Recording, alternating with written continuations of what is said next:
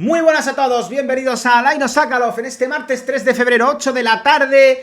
Bienvenidos de nuevo. Si no sabéis de qué estoy hablando ahora mismo y de qué va este vídeo, os sugiero que antes de verlo os vayáis al vídeo de las 6 de la tarde, donde estuvimos analizando toda la crisis del GCAP y por qué el GCAP no es un puerto seguro en el que recalar, como muchos analistas proponen, para España ante los problemas o ante la ya, pues podemos confirmar, ruptura total del ESCA, ¿vale? Estuvimos viendo cómo el programa británico, italiano, japonés sufre al final de los mismos o adolece de los mismos problemas estructurales que tiene el ESCA. Los sobrecostes, las fricciones sobre transferencia de tecnología, las disputas por el reparto de la carga de trabajo industrial. Pero ahora viene la parte realmente interesante. Tenemos los problemas, pero ¿existe una solución a esos problemas? ¿Podría producirse un reordenamiento completo de todo el mapa de programas de cazas de sexta generación en el continente europeo que beneficiase a todo el mundo? La respuesta es, desde este humilde canal, que sí. Y el catalizador de ese cambio es algo que casi nadie está mencionando.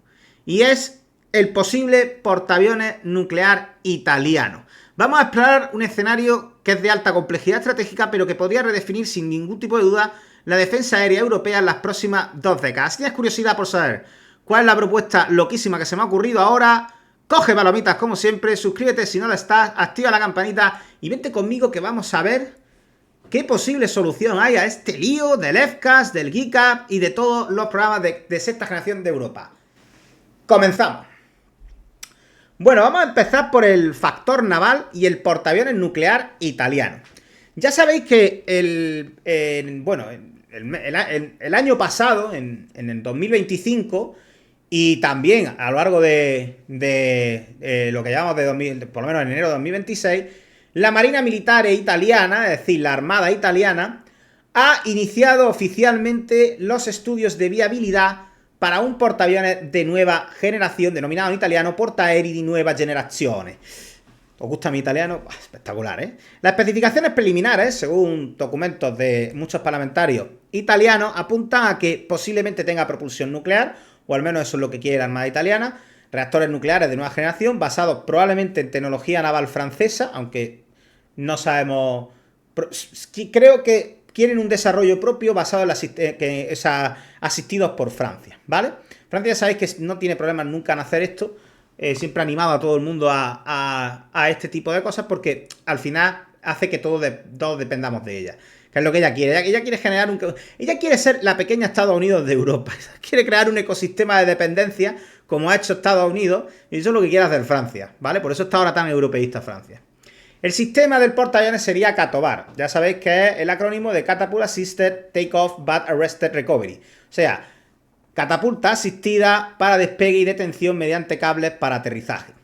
El desplazamiento no se sabe, pero se estima que ronde los 70.000 a 80.000 toneladas a plena carga, o sea, comparable al futuro Punk francés, ¿de acuerdo?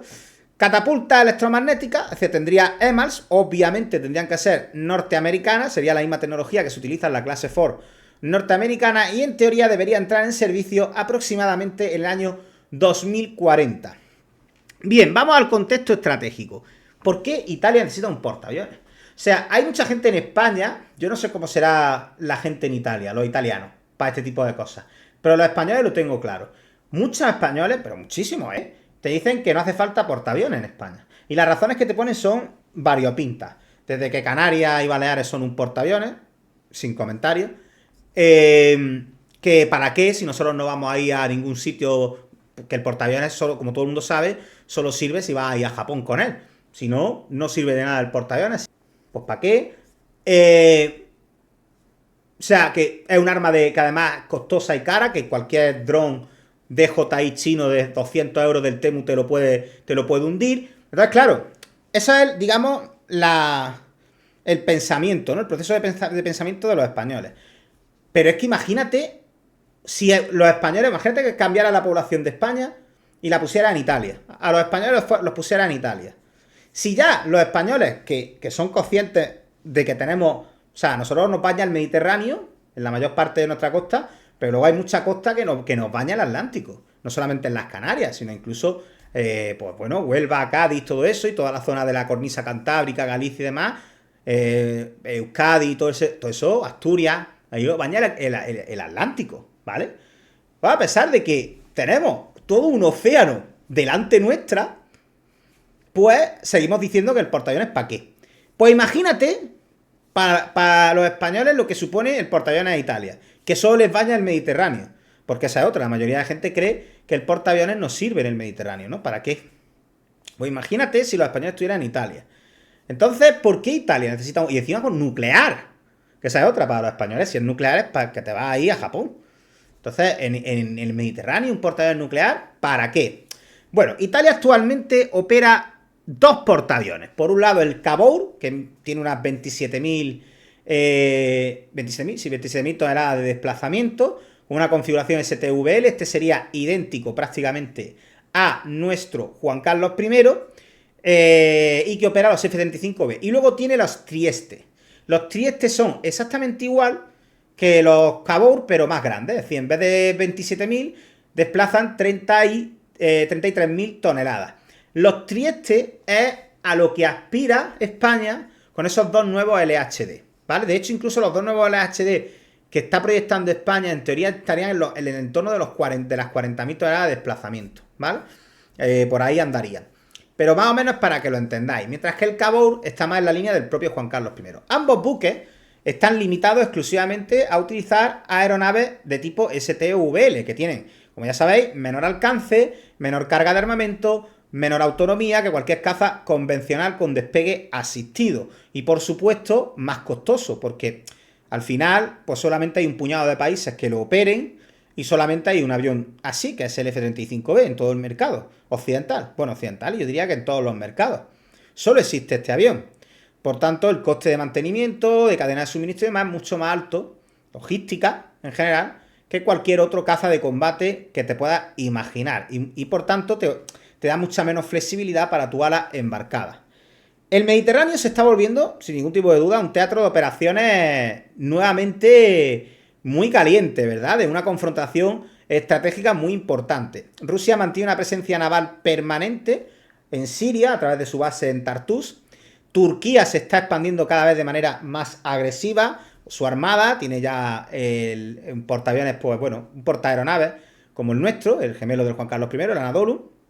Y luego China, a través de distintos acuerdos que está alcanzando en distintos puertos en Grecia y en Chipre, pues está empezando a tener cierta proyección económica sobre el Mediterráneo oriental. Entonces Italia necesita cierta capacidad de proyección de poder aéreo, una capacidad que sea sostenida y a distancia. Y eso solo lo proporciona un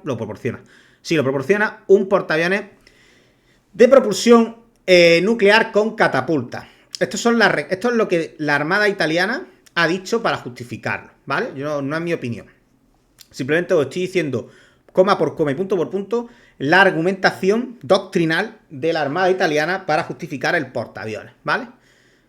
¿Cuál es la incompatibilidad técnica con el GICAP? Aquí es donde empezamos al núcleo del problema. El GICAP, y específicamente su nodo tripulado, que es el Tempest, está diseñado según la doctrina de la RAF, de la Royal Air Force británica, y de la Japan Air Self-Defense Force, o de la Fuerza de Autodefensa Aérea de Japón. Y está definido doctrinalmente por estas dos fuerzas aéreas como un caza de superioridad aérea de base terrestre. Es el sustituto del Eurofighter, ¿vale? Es lo que así lo denomina claramente Reino Unido, que fue la principal desarrolladora del Eurofighter en su día, ¿vale? Las características del Tempest incluyen pues un gran alcance, o sea, más de 3.000 kilómetros de radio de combate, oficialmente, una arquitectura optimizada para operaciones desde bases terrestres con pistas largas, un peso estimado al despegue de casi 35 a 40 toneladas de MTU-W, o sea, un cazabombardero pesado, un poco lo que busca Alemania también, un poco doctrinalmente está en la línea de Alemania. ¿Por qué eso es incompatible con operaciones embarcadas? Esto mucha gente me lo habéis dicho en comentarios. Pero ahí no es que sea un caza grande no significa que no pueda estar embarcado. No, claro que no. Evidentemente no. Pero no es racional. Un caza embarcado debe cumplir una serie de requisitos estructurales específicos que ya mencionamos en los vídeos ayer del ESCA. A saber, el tren de aterrizaje reforzado, el gancho de apuntaje, la estructura reforzada, la protección contra la corrosión marina y las alas plegables. Todo esto incrementa el peso, ¿vale? Ya lo sabéis que hasta 2.000 o 3.000 kilos extra, ¿vale? Entre 2 y 3 toneladas extra. Y esto reduce muchísimo el alcance y reduce muchísimo la capacidad de portar armamento y de portar combustible, ¿vale? De ahí la reducción de alcance. Claro, si tú lo haces muy pesado el caza, pues al peso del propio caza le tienes que añadir el peso extra de esa navalización. Con lo cual, todos esos 3.000 kilos extra de peso que tiene la navalización es kilos de menos que tiene disponibles para armamento y combustible, lo que reduce su radio de combate y reduce la cantidad de armamento que pueda llevar. Entonces no es racional hacer un caza grande para ser embarcado, no es racional, aparte que por una cuestión de pura física de tamaño te caben menos. Entonces no carece de sentido por completo. O el portaaviones de dimensiones estratosféricas o carece de sentido. Entonces, la pregunta aquí que cabe es, ¿pagarían Reino Unido y Japón por un caza navalizado? A ver, tanto Reino Unido como Japón operan el F-35B, ya lo sabéis, ¿vale? Reino Unido está buscando un portaaviones. Actualmente Reino Unido opera los portaaviones de la clase Queen Elizabeth, que son STVL, lo que pasa es que son bastante grandes, es decir, son de 60.000, creo que eran 60.000, 70.000 toneladas de desplazamiento, ¿vale? Y lo operan con el F-35B. Es cierto que Reino Unido está buscando tener un portaaviones Catobar, pero Reino Unido está muy comprometido con el F-35, no ya por el hecho de su relación con Estados Unidos, desde el punto de vista diplomático, sino porque es que BAE Systems es un socio clave del Joint Strike Fighter. El programa del F-35, o sea, no sé si sois conscientes, hace poco se publicó una lámina que se veía que la cantidad de componentes británicos que tiene el F-35 es enorme. Es un porcentaje bastante alto del F-35. Entonces, de hecho, el F-35 tiene muchos más componentes británicos que el Eurofighter componentes españoles. Y nosotros vamos a muerte con el Eurofighter, casi lo clasificamos como un caza español, pues imagínate el F-35 para los británicos. Claro, estos son programas que nacieron antes de que a Estados Unidos se le fuera la olla. Con lo cual, ahora mismo la película cambia, pero claro, tú ya te has metido hasta la cocina. Esto es lo que pasa con los programas de defensa, ¿verdad? Como si ahora nos metiéramos con el Kaan con Turquía, o el Super Urge. Y dentro de 10 años a Turquía se le va la pinza y entra en guerra con todo, entra en guerra con Grecia, que está en la Unión Europea. ¿Ahora qué hacemos nosotros? Que estamos comprometidos con ellos en programas de defensa común. Es que estas cosas son las que, fijaros, ahora Reino Unido está metida hasta las trancas en el F-35 y ¿qué sentido tendría para Reino Unido que en su futuro portaaviones fuera su GCAP o su Tempest naval? Cuando tienen ya un F-35. Eso no lo van a hacer. Y además ya tienen toda la línea logística con el B, que es verdad que cambia bastante, pero están en esa misma tónica. No van a coger otra cosa para su portaaviones Catobar, ¿vale? Y luego Japón es que ni siquiera opera portaaviones tampoco, o sea, ni siquiera tiene previsto tener un portaaviones Catobar por ahora que yo sepa. Bueno, creo que sí hablaron algo de tener uno, pero no estoy seguro. Pero de momento lo que sí sabemos seguro es que lo que Japón opera son los portahelicópteros, las portaaeronaves. O sea, su clase Izumo, que es como nuestro Juan Carlos I, ¿vale? Y ahí lo que tienen es F-35B. Para operar son portaaviones STVL. Por tanto, navalizar el Tempest sería un coste que recaería exclusivamente sobre Italia, en caso de que se quisiera hacer. Navalizar el Tempest tendría un coste que recaería exclusivamente sobre Italia, cuando ya Italia, como hemos visto en el vídeo de las 6 de la tarde, está enfrentando unos sobrecostes ya excesivos sobre el mismo programa, ¿vale? Por cierto, vamos a poner un poco un vídeo que no lo he puesto, ¿vale? Vídeo aquí corporativo, esta vez del ESCA, ¿vale? Si el vídeo anterior de las 6 fue el GCAP, aquí volvemos otra vez al ESCA. Bueno, ¿cuál es la alternativa que puede tener Italia aquí? A ver, ya sabéis que Francia está en el ESCA, ¿vale? Os sabéis. Y Francia, el NGF, que nosotros estamos desarrollando, el caza tripulado, que sería la versión o sea, sería el Tempest del ESCA, el NGF. El NGF estaba desarrollándose bajo doctrina francesa de ser un caza naval, ¿vale? De forma nativa iba a ser naval, el caza del NGF.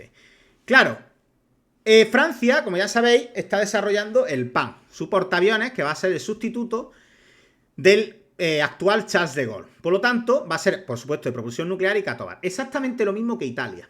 Exactamente lo mismo que está buscando Italia, ¿vale?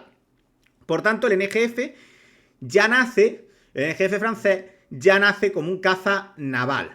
Por tanto, si Italia piensa construir un portaaviones nuclear Catovar, encima colaborando con Francia para todo el tema de la propulsión nuclear, su alineación natural debería ser, con el NGF francés y no tanto con el Tempest. Un poco lo que le pasa, lo que muchos de vosotros argumentáis en comentarios, es que España se tiene que ir con Francia porque Francia tiene una doctrina naval y España necesita un caza naval para su futuro portaaviones. Bueno, pues eso mismo que vosotros estáis argumentando para España, ese argumento también sirve para Italia, ¿vale? También sirve para Italia. Bien, ahora que ya sabemos cuáles son las premisas, ya tenemos puesto todas las cartas sobre la mesa, vamos a hablar del famoso grupo de los 6, ¿vale? Vamos a hablar del famoso grupo de los 6 y de la maniobra que ha hecho Alemania con ese grupo de los 6. Vamos a conectar este factor naval que hemos hablado con la dinámica de la política europea. ¿Qué es el grupo de los 6? El E6. Pues mirad, ya sabéis que durante este mes de enero de 2026, específicamente la semana pasada, Alemania impulsó la creación de un núcleo económico duro dentro de la Unión Europea. Un núcleo que estaría formado por las principales economías europeas, o sea, las 4 grandes de Europa, más algunas otras economías importantes, sobre todo del ámbito, bueno, por un lado económico y también por otro lado militar. Y ese grupo de 6 estaría formado por Alemania, Francia, Italia y España, que son las 4 grandes, y luego, y cada una por un motivo diferente, Polonia y Países Bajos. ¿Por qué Polonia y Países Bajos? Y no cualquier otro. Parece como muy random, ¿verdad? Pero tiene mucho sentido. Este grupo de los 6 pretende ser un conato de una futura federalización europea. Y no se han escogido por casualidad. Polonia es probablemente uno de los países que más está invirtiendo en defensa dentro de la Unión Europea y que más se está tomando en serio su defensa. Y es además uno de los países que más está orientando dicha inversión a enfrentarse al gran enemigo existencial de la Unión Europea, que es la Rusia de Putin. Entonces, realmente ahí es donde más está poniendo el foco Polonia.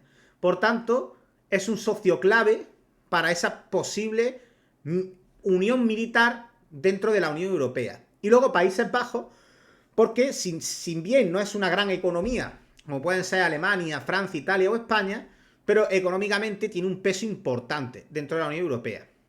Es por esto que están escogiéndose a estos 6 países en concreto. Este grupo representa, entre todos, aproximadamente el 65% de todo el PIB de la Unión Europea. Y el 70%, perdón, el 70% de la capacidad industrial de defensa. No es casualidad que hayan sido estos 6. Estos 6 aglutinan en sí mismos casi todo el PIB y casi todo el peso específico militar de la Unión Europea. Claro, el objetivo aquí declarado es acelerar la integración de defensa e impulsar, compras conjuntas, proyectos industriales para evitar bloqueos. Pues que ya sabéis que la Unión Europea, los 27, funcionan con un sistema de lo que se llama unanimidad, ¿vale? Entonces, si con que uno haya que vote en contra, pues ya tenemos el problema. Y hay un caballo de Troya aquí, que sería Víctor Orbán, de Hungría, que claramente está alineado con Putin, y por tanto es un caballo de Troya de Rusia, de la Rusia de Putin, que veta sistemáticamente cualquier intento de la Unión Europea de protegerse de Putin, obviamente, ¿vale? Entonces, claro, una manera de aislar a estos posibles elementos es crear una Europa de 2 velocidades, que también se le ha llamado, ¿vale? Y ahí está España. Bien, ¿y qué tiene que ver esta Europa de 2 velocidades? Este grupo de los 6 con el ESCA, con el GICAP y con el poder naval y con todo lo que estoy mencionando, ¿no? Parece que son 2 cosas que no tienen nada que ver. Mira, Alemania está muy frustrada con el tema del ESCA. Ha sido una frustración importante, está siendo una frustración importante. Dassault se está negando sistemáticamente a compartir tecnologías críticas de tema de control de vuelo, sobre todo software de misión, y está exigiendo el liderazgo exclusivo del NGF. Y está elevando los costes de todo el programa de una forma que Berlín considera absolutamente injustificada. Pero claro, Alemania no puede permitirse abandonar. Es verdad que no tiene la urgencia de, por ejemplo, España o la propia Francia o Japón, porque tiene el F-35, pero es cierto que el F-35 cada vez más, a medida que Estados Unidos va alejándose diplomática y militarmente de Europa, va pasando de ser un activo estratégico clave a un problema, cada vez más. Entonces Alemania no puede permitirse abandonar el programa, necesita un caza de sexta generación y no tiene capacidad industrial para desarrollarlo sola, y ellos lo saben. Entonces la maniobra que Berlín está considerando es la siguiente. Pueden utilizar el grupo de los 6 países para transformar todo lo que viene siendo el FCAS de un proyecto franco-alemán-español a, digamos, el estándar de caza de combate para la Unión Europea.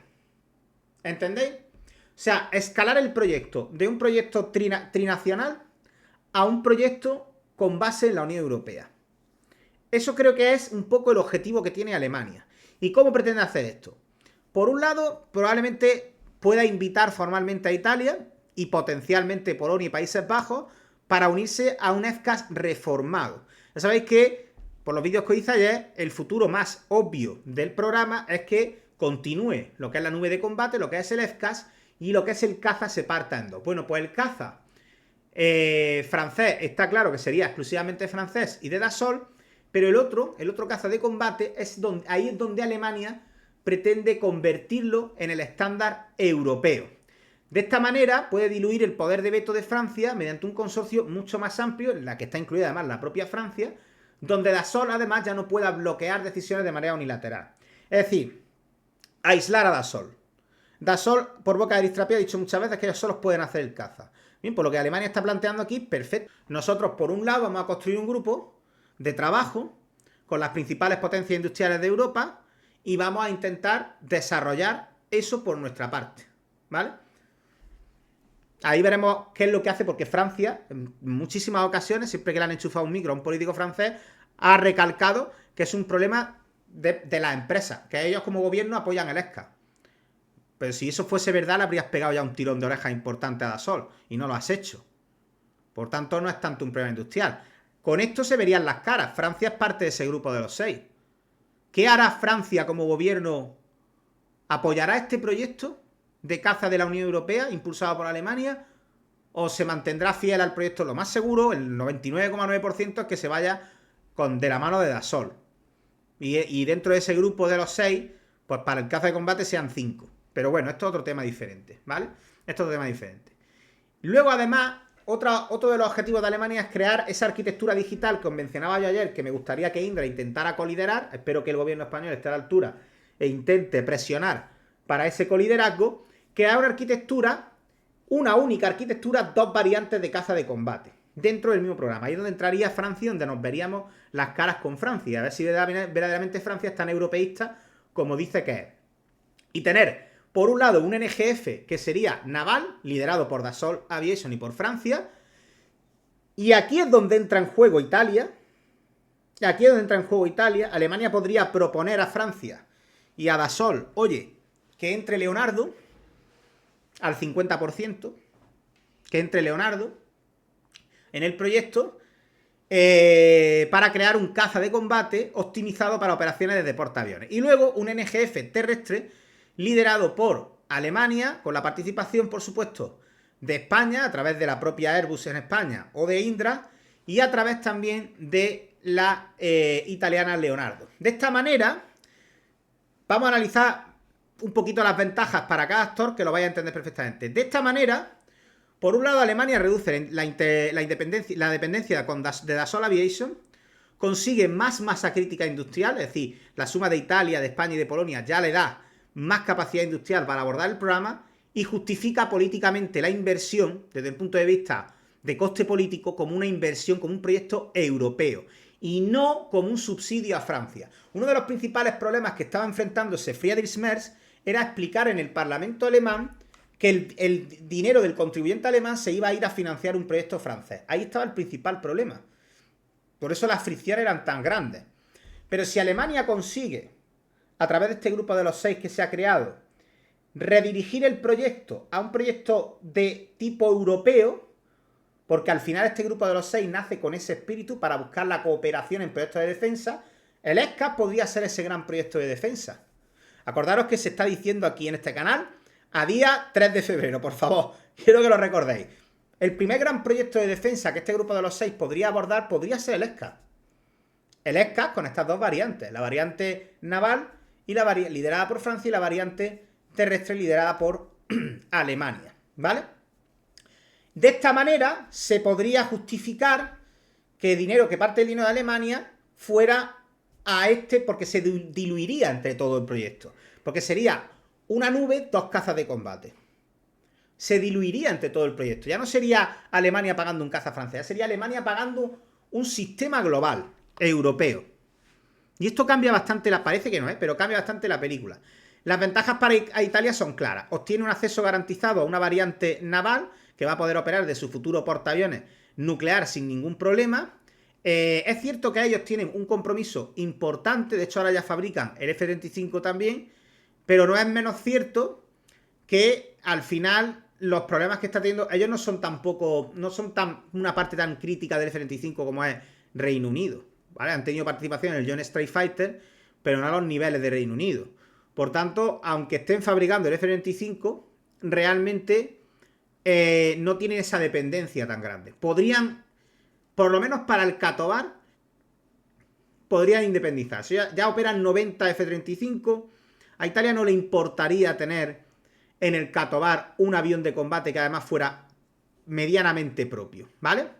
Medianamente propio. Además, Leonardo ya sí que puede solicitar, a cambio de su participación, puede solicitar especializarse en los radares, sensores y aviónica, que es área donde es el líder principal y donde hay como la parte noble, por así decir, el desarrollo, ¿vale?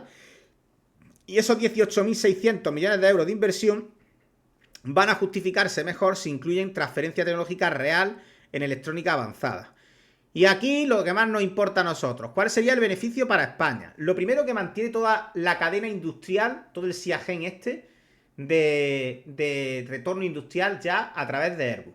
O sea, a través de Airbus ya entraríamos, probablemente ya no solo como en el Eurofighter fabricando piezas sueltas, sino quizá incluso podríamos tener la posibilidad de fabricar el caza de combate entero en nuestras líneas de ensamblaje aquí en España.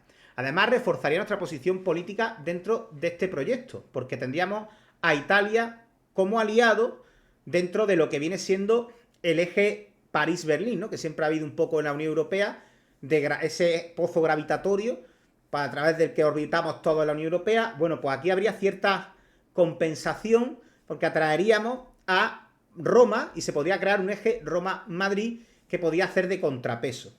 Y lo más importante de todo que ganaría España. Con este programa de 2 cazas y una nube, además del coliderazgo dentro de la arquitectura digital que mencionábamos ayer en los vídeos de Indra, podría también beneficiarse muchísimo ITP Aerospace. Y esto es casi más importante que lo de Indra. Porque si ITP Aerospace recibe transferencia tecnológica vía, junto con MTU, vía Safran, de realizar el núcleo caliente de un caza de combate, la parte de turbina de alta presión y demás, si lo hiciera, ITP podría estar en condiciones de desarrollar un motor de caza de combate por sí misma.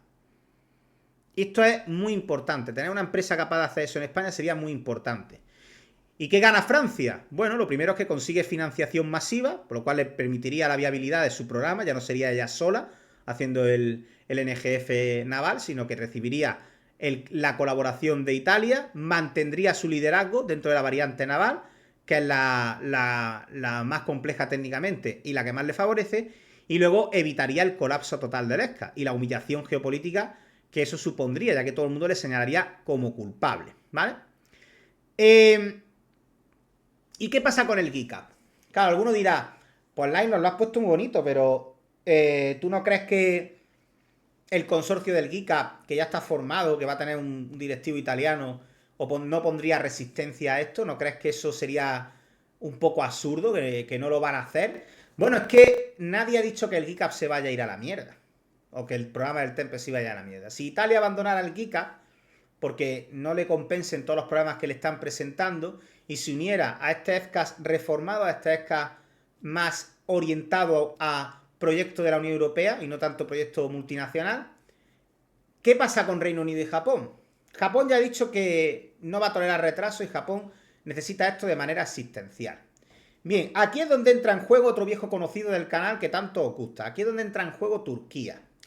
Claro, aquí el escenario se vuelve realmente interesante. Turquía, sabéis que está desarrollando el Taycan. Ya visteis los vídeos que hice la semana pasada. Este caza de quinta generación, cuyo primer prototipo voló en febrero de 2024 y que tiene un programa que avanza a buen ritmo. Es verdad, con los problemas que tiene por los vetos estadounidenses y demás, pero avanza a buen ritmo, ¿vale? El CAM, como sabéis, está siendo diseñado con asistencia de BAE Systems en áreas críticas como el diseño aerodinámico y diseño de baja visibilidad al radar, la integración de sistemas, las pruebas de vuelo. De hecho, BAE ha sido el principal asesor extranjero del programa y Rolls-Royce el principal contratista y asesor para el motor nativo, ¿vale? Entonces, ¿por qué Turquía es clave?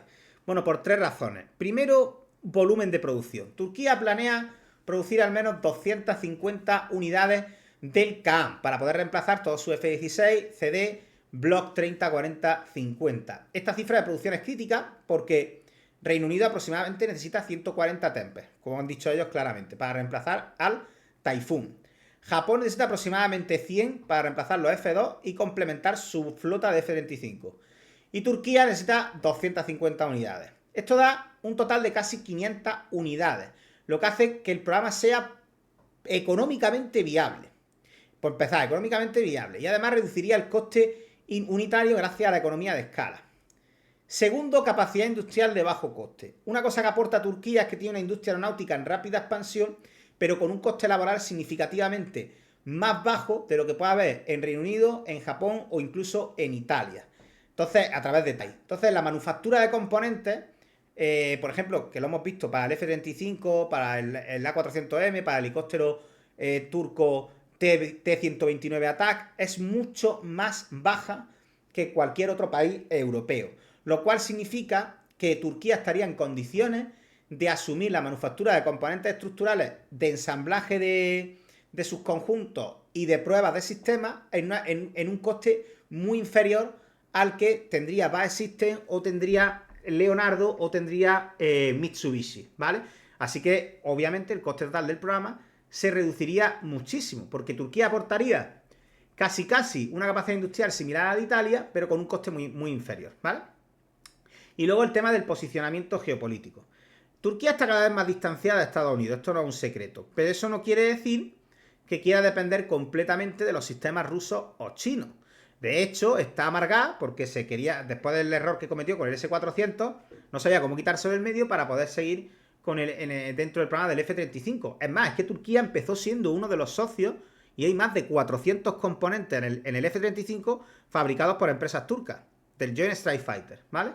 Entonces, un programa con Reino Unido y con Japón le daría una autonomía tecnológica que además le acercaría de nuevo a la órbita de la OTAN, una órbita de la que parecía haberse alejado por culpa del incidente con la batería S-400 rusa.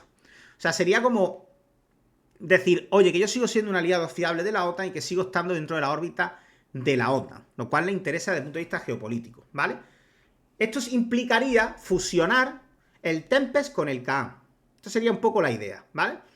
¿Y cómo sería esta fusión? Habría dos opciones para hacerla. Por un lado estaría la opción de la convergencia tecnológica, es decir, que el KAAN adoptara los subsistemas británicos, el radar, la guerra electrónica, la fusión de sensores, y el Tempest adoptara soluciones turcas de bajo coste en manufactura y producción, lo que es físicamente, ¿vale? De esta manera se mantienen como dos programas separados, pero con una alta interoperabilidad entre ellos y componentes comunes. Un poco lo que yo he dicho con el ESCA, del NGF naval y el NGF terrestre, pero llevado al GCAP. Es decir, que el KAAN se integrara dentro de la nube del GCAP. Esto sería la convergencia tecnológica. Y luego la otra opción sería la fusión completa. Es decir, se crea un programa nuevo, único, que combinase los diseños británicos del Tempest, la electrónica y sensores japoneses y la capacidad de manufactura y producción turca. De esta manera, pues podríamos llamarlo GCAP Fase 2 o Tempest International, o yo qué sé, cómo llamarlo, ¿vale? O Turkish Tempest, no sé cómo llamarlo, pero para que o KAAN, Tempest KAAN, algo así, ¿vale? Bien, claro, aquí hay un tema interesante. Hay un país del que tampoco se ha hablado mucho, que ha expresado muchas veces interés en el Giga. Y ese país no es otro que Arabia Saudí. ¿Por qué estoy ahora metiendo a Arabia Saudí? Parece que estoy mezclando conceptos, pero fijaros que luego todos convergen. Arabia Saudí ha expresado públicamente el interés de unirse al GICAP. Si Italia sale, Arabia Saudí podría entrar como un socio financiero, es decir, aportando capital masivo. ¿A cambio de qué? A cambio de transferencia de energía limitada, licencia de producción local y acceso prioritario a compra de unidades de serie, ¿vale? Arabia Saudí tiene presupuesto y Arabia Saudí necesita reemplazar sus Tornado y sus F-15 SA y los Eurofighter en los próximos 15 años. Así que podríamos tener un bloque un bloque angloasiático oriental, ¿vale? Compuesto principalmente por Reino Unido, liderando el diseño y la integración, Japón liderando motores y electrónica avanzada, bueno, motores también Reino Unido, Japón liderando electrónica avanzada, Turquía aportando manufactura y volumen, Arabia Saudí aportando petrodólares y potencialmente incluso podrían adherirse como socios compradores otros como del entorno anglo, del mundo anglo, como pudiera ser Australia, que actualmente opera F-35 y está buscando un reemplazo para sus Super Hornets, ¿vale? Esto podría perfectamente encajar. O sea, este bloque no sería de la Unión Europea, pero tampoco sería un bloque dependiente de Estados Unidos. Sería algo así como una tercera vía. Para muchos países que no quisieran depender de Estados Unidos o no quisieran depender de la Unión Europea, representaría esa unión perfecta, esa neutralidad, por así decir, ¿vale? Esa neutralidad. No me adhiero ni a uno ni a otro, ¿vale? No me adhiero ni a uno ni a otro. Bien. Si este escenario se materializa, el panorama de caza de sexta generación quedaría de la siguiente manera. Por un lado, el bloque europeo, con este FK reformado que tendría de integrantes a Francia, Alemania, España, Italia, potencialmente Suecia y el resto de países de este grupo de los 6, ¿vale? Esto sería una única arquitectura de nube de combate, la del ESCA, y dos variantes de caza de combate. Por un lado, la variante naval liderada por Dassault Francia y con la participación de Leonardo Italia, para crear un avión de combate con configuración para operar desde Katobar, que tenga un peso máximo al despegue de unas 30 toneladas y optimizado para operaciones navales y con un alcance de unos 2.000 kilómetros de radio, ¿vale? Y este caza de combate, ya con el apoyo económico financiero global de lo que viene siendo la Unión Europea y técnico de Leonardo, podría entrar en servicio para 2038. Y luego un caza de base aérea terrestre que estaría liderado por Airbus, Alemania, España, ¿vale? Y con la participación también de Italia y del resto de países. Podrían participar también Polonia, podría participar Holanda, ¿vale? Este caza de combate estaría optimizado para superioridad aérea desde bases terrestres y tendría un peso estimado de 35 toneladas o puede quemar al despegue. Tiene un alcance extendido de más de 3.000 kilómetros de radio de combate y seguramente una capacidad para integrarse con todo lo que es la arquitectura de sistemas, tanto terrestres como navales, dentro de la nube de combate del ESCA.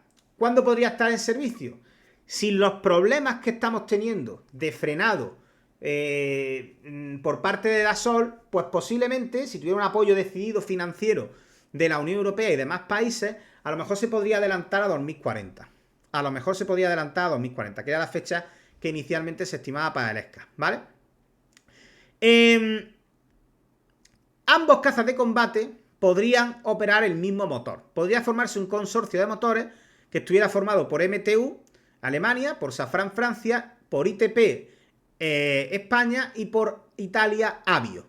Con estas 5 compañías se podría formar un consorcio muy interesante, estas 4, perdón, muy interesante para crear un motor propio. Luego, la arquitectura de la nube de combate, pues ya he dicho que tendría que estar coliderada por Indra, si se pudiera, ¿vale? Y que participaran en ella tanto Airbus, como Dassault, como Leonardo, como Thales, como Hensoldt, ¿vale? Tenemos ahí un ecosistema de empresas muy importante para la nube de combate. De esta forma, con tantos clientes potenciales, Polonia, Holanda, España, Italia, Alemania, ahí ya sí podríamos entrar en economías de escala y podríamos estar hablando de 450 a 500 unidades entre todos los socios, ¿vale? Ya no sé si entre las dos variantes o solo una, ¿de acuerdo? Bien, ¿y cuáles son las implicaciones para España de esto? ¿Qué significa este escenario? ¿Qué significaría este escenario para España? Bueno, por un lado, una posición estratégica reforzada, o sea, tendría en un ESCA reformado, con la integración de Italia, España tenía un peso mucho mayor que en el formato trilateral actual. O sea, Alemania necesitaría el apoyo español e italiano para poder compensar a Francia. O sea, necesitaría a España, ¿vale? Luego habría un retorno industrial garantizado que con Francia no lo tenía. Con Italia en el proyecto, Leonardo traería capacidades también de radares y sensores que le vienen muy bien a Indra. Que le vienen muy bien a Indra. No son competidoras, de hecho, son complementarias con las capacidades electrónicas, con la capacidad de guerra electrónica que tiene España y de motores que tiene ITP Aero. Y luego, acceso a tecnología naval. O sea, aquí España, que está, ya sabéis, a punto de, vamos, en el estudio de un portaaviones Catobar, se vería de repente con la posibilidad de acceder a una variante naval totalmente europea, con una arquitectura, o sea, operando bajo una arquitectura que ella colidera y que además, pues, bueno, pues sería incluso con alguna posibilidad de retorno industrial en España. O sea, de rebote, España se vería con 2 cazas de combate disponibles, uno de ellos prácticamente liderado por ella y el otro con cierta participación industrial por parte de España. Frente a la situación actual que no tiene nada. Imaginaos lo que ganaría, ¿vale? ¿Cuál es el riesgo que tiene España? Lo primero, aumento de costes. Es decir, más socios significa más complejidad y el presupuesto seguramente se incrementará. Y luego, evidentemente, hay cierto riesgo de competencia. Aunque he dicho que en principio son complementarios, no se le escapa a nadie que pueda haber cierto riesgo de competencia con Italia y con Polonia, lo que podría hacer que España viera reducido su porcentaje, su carga de trabajo, ¿vale? Respecto a que si solo lo hace con Alemania. Pero claro, es que luego gana la variante naval. Y luego, obviamente, depende un poquito del consenso. Es decir, aquí hay un proyecto ya en el que estamos hablando de que hay participando 5 o 6 países, pues hay más riesgo de bloqueo. Que es cierto que los 5 o 6 países suelen estar alineados. Por eso Alemania hizo el grupo de los 6. Entonces, turno para vosotros. ¿Qué opináis de esta propuesta loquísima? ¿Creéis que es interesante para España que se rediseñe un poco el FCAS? Bueno, voy a poner ya la parte que se rediseñe un poco el FCAS y se vaya a un poquito a ese proyecto conjunto de una sola arquitectura y 2 cazas de combate para que España pueda tener acceso tanto a una versión naval como a una versión terrestre? ¿O creéis que es mejor para España centrarse en un desarrollo solo con Alemania y si acaso Suecia y algún otro país más que quiera poner dinero y que Francia haga lo suyo y nosotros ya nos buscaremos la vida con el caza naval? Dejadme saber en comentarios vuestra opinión, suscribiros si no lo estáis, activad la campanita y nos vemos mañana. No, mentira, mañana miércoles no voy a tener vídeos porque el directo lo tuvisteis el domingo. Así que nos vemos ya el jueves. Chao gente, hasta pronto.